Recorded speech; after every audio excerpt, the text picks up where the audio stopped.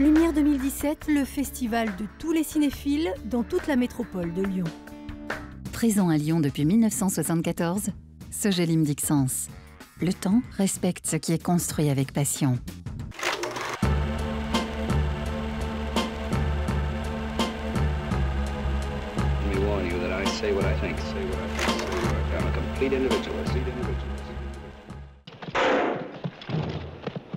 Le cinéaste Richard Thorpe fait l'objet pour cette 10e édition d'une rétrospective. Considéré comme l'un des hommes forts des studios d'Hollywood dans les années 50, il reste pourtant peu connu, malgré une filmographie importante. C'est quelqu'un qui a tourné, pour vous donner une idée, au moins 187 films. Il y en a 187 dont on est sûr.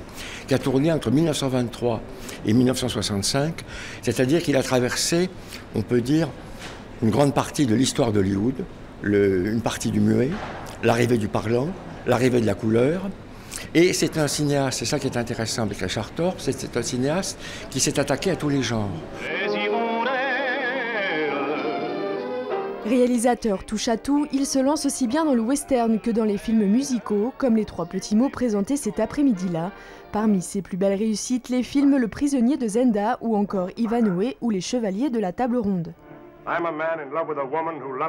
C'était pas un auteur, il ne suivait pas des thèmes extrêmement précis, mais il était capable d'utiliser au mieux toutes les qualités du studio. C'est ça, ce qui était sa grande force. Il travaillait pour la MGM, c'était la plus grande firme, c'était un vivier exceptionnel d'acteurs et de techniciens, donc il avait la chance d'avoir sous la main l'élite de ce qui pouvait exister à Hollywood. Et il tournait donc à ce moment-là très facilement et très rapidement, ce qui était très utile pour un studio. Avec Fred Astaire, Elizabeth Taylor ou encore Elvis Presley, il s'inscrit dans la plus pure tradition du grand spectacle hollywoodien, tout en apportant une touche personnelle dans ses productions. Le Festival Lumière est aussi l'occasion de découvrir des films en avant-première, comme ce soir-là avec la cinéaste Claire Denis.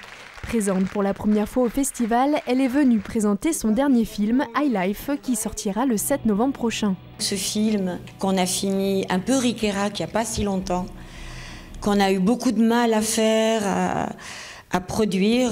Laurence, une des productrices qui est là, elle le sait bien.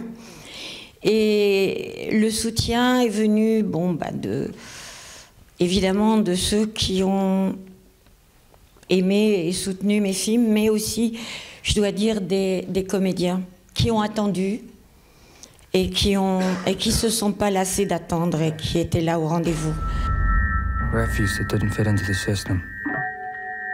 Alors que jusqu'ici ces films étaient très ancrés dans le réel, comme pour Chocolat ou Beau Travail, elle se lance cette fois dans la science-fiction aux côtés de Juliette Binoche et Robert Pattinson. Robert Pattinson, non seulement a tourné en ce film, non seulement a été excité à l'idée de tourner avec Claire Denis, c'est un cinéphile, mais quand même, il me disait ça à Cannes l'an dernier, quand il était là pour le film des frères Safdie. Il dit, non mais tu sais quoi, je vais tourner avec Claire Denis.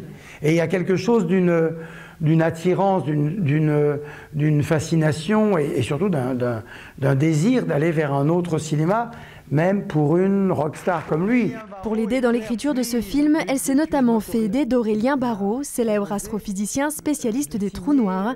Cinéaste importante du paysage français contemporain, Claire Denis fêtera prochainement ses 50 ans de carrière. Il y a quelque chose de tellement chaleureux et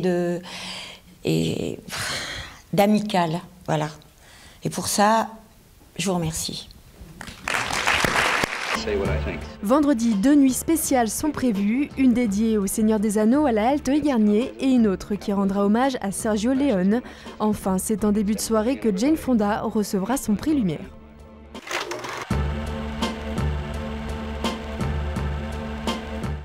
Présent à Lyon depuis 1974, Sogelim Dixence. Le temps respecte ce qui est construit avec passion.